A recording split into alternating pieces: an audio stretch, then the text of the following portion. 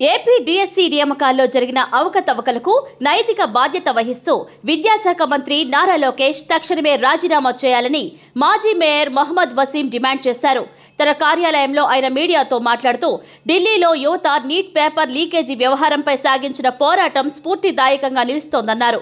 ఎన్ని ఒత్తిళ్లు ఎదురైనా లాఠీ చార్జీలు చేసినా యువత వెనకడుగు వేయకుండా నీట్ పేపర్ లీకేజీ వ్యవహారంలో కేంద్ర మంత్రి ధర్మేంద్ర ప్రధాన్ రాజీనామా చేసే వరకు తమ పోరాటం కొనసాగించారన్నారు.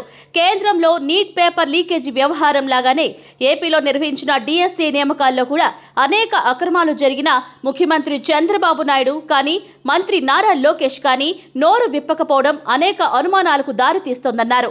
ఎంతో గోప్యంగా ఉంచాల్సిన పరీక్షల విధులను అవుట్సోర్సింగ్ సిబ్బందికి అప్పగించారని, ఆ విభాగంలో పనిచేసిన వారికే టాప్ ర్యాంకులు రావడంపై అనుమానాలు వ్యక్తమవుతున్నాయన్నారు.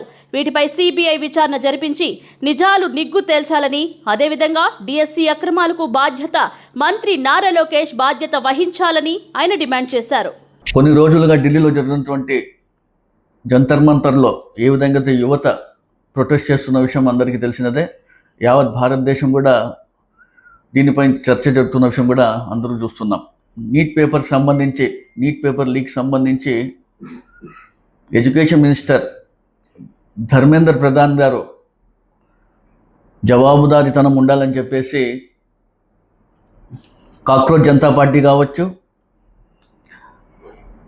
సోనం వాంగ్చుక్ కావచ్చు, దాదాపుగా 26 రోజులుగా హంగర్ స్ట్రైక్ని అక్కడ చేయడం కూడా మనం చూడడం జరిగింది. అందులో భాగంగా ధర్మేంద్ర ప్రధాన్ గారు దీనికి బాధ్యత వహించాలి అని చెప్పేసి ఒక డిమాండ్ కూడా పెట్టడం జరిగింది. ఆయన ఖచ్చితంగా రాజీనామా చేయాలని చెప్పేసి యావత్తు దేశంలో ఉన్నటువంటి యువత అందరూ కూడా సోషల్ మీడియాలో కావచ్చు, ప్రెస్ మీట్ల ద్వారా కావచ్చు, ర్యాలీలు కావచ్చు, ప్రొటెస్టులు కావచ్చు, అనేటువంటి కూడా యావత్ భారతదేశంలో కూడా చేసిన విషయం కూడా చూశాం. సరే, నిన్నటి రోజున ధర్మేంద్ర ప్రధాన్ గారు నైతిక బాధ్యత వహిస్తూ రాజీనామా చేసిన విషయం కూడా అందరూ కూడా చూశాం. అదేవిధంగా మన రాష్ట్రంలో చూసుకుంటే కూటమి ప్రభుత్వం ఏర్పాటు దాదాపుగా 2 సంవత్సరాలు పూర్తవుతోంది. ఈ 2 సంవత్సరాల కాలంలో అనేకవంటివి అక్రమాలు కావచ్చు, అవకతవకలు జరిగిన విషయం కూడా అందరూ కూడా మనం చూస్తున్నాం. మెగా డిఎస్సి పేరుతో అనేకటువంటి ఉద్యోగాలు కల్పిస్తామని చెప్పేసి పరీక్షలు నిర్వహించారు, రిజల్ట్స్ వచ్చాయి. వచ్చిన తర్వాత రాష్ట్ర వ్యాప్తంగా ఈ మెగా డిఎస్సిలో అనేకటువంటి అక్రమాలు, అవకతవకలు జరిగాయని చెప్పేసి కూడా పెద్ద ఎత్తున విమర్శలు వస్తున్న విషయం కూడా యావత్ రాష్ట్రం కూడా మనం చూస్తున్నాం. అదేవిధంగా వైఎస్ఆర్ కాంగ్రెస్ పార్టీ నాయకులు కావచ్చు, వైఎస్ జగన్మోహన్ రెడ్డి గారు స్వయాన ప్రెస్ మీట్ పెట్టి ఆధారాలతో దీంట్లో అనేకటువంటివి అవకతవకలు జరిగాయని చెప్పేసి కూడా పెద్ద ఎత్తున చెప్పడం జరిగింది. ఇవన్నీ చేసినప్పటికీ కూడా ముఖ్యమంత్రి నారా చంద్రబాబు నాయుడు గారు కావచ్చు, నారా లోకేష్ గారు కావచ్చు, ఎక్కడ కూడా మెగా డిఎస్సికి సంబంధించి కూడా ఎక్కడ ఆయన నోరు విప్పడం లేదు అనే విషయం కూడా మీ అందరి దృష్టికి కూడా తీసుకొస్తున్నాం. రాష్ట్రంలో కావచ్చు, దేశంలో కావచ్చు, క్వశ్చన్ పేపర్ అనేది, అదేవిధంగా ఎగ్జామ్ నిర్వహణ అనేది చాలా కాన్ఫిడెన్షియల్గా జరుగుతుంది. కానీ ఇక్కడ చూస్తే ఎక్కడ డిఎస్సికి సంబంధించిన పేపర్ లీక్ అయ్యి ఒక అవుట్సోర్సింగ్ ఎంప్లాయీకి ఇవన్నీ కూడా కట్టబెట్టడం కూడా మనం చూసాం. అదేవిధంగా అదే అవుట్సోర్సింగ్ ఎంప్లాయీకి ఏమైనా రాబోయే రోజుల్లో ఇబ్బంది అయితే అతనిపైన నేరం మోపుతామని చెప్పేసి కూడా కూటమి ప్రభుత్వం ఒక ప్లాన్తో ఈ కార్యక్రమం చేసిన విషయం కూడా మనం చూసాం. కృష్ణా జిల్లాకు సంబంధించి నవీన్ అనే అవుట్సోర్సింగ్ ఎంప్లాయీకి సోషల్ స్టడీస్లో ఫస్ట్ ర్యాంక్ రావడం జరుగుతుంది. అదే టీఈటీలో జోన్ 2 తెలుగులో అతనికి 6వ ర్యాంక్ కూడా రావడం జరుగుతుంది.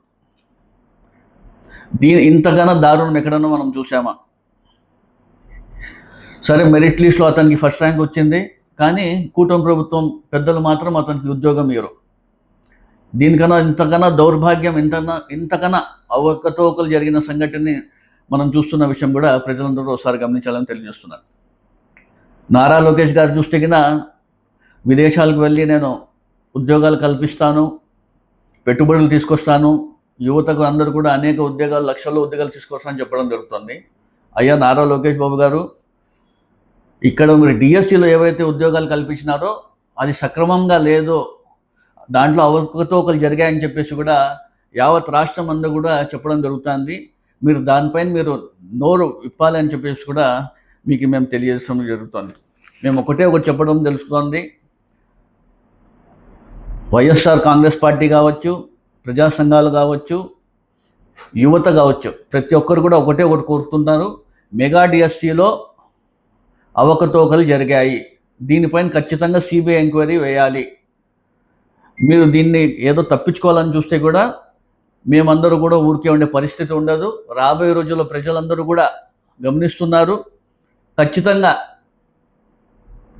మీరు బాధ్యత వహించి, నైతిక బాధ్యత వహిస్తూ, ఏ విధంగా అయితే సెంట్రల్ గవర్నమెంట్లో ధర్మేంద్ర ప్రధాన్ గారు రాజీనామా చేశారో, మీరు కూడా నైతిక బాధ్యత వహిస్తూ ప్రెజర్ బిల్డప్ అయ్యే లోపే మీరు కూడా ఖచ్చితంగా రాజీనామా చేస్తే బాగుంటుందని చెప్పేసి కూడా రాష్ట్ర ప్రజలందరూ కూడా కోరుకుంటున్నారు.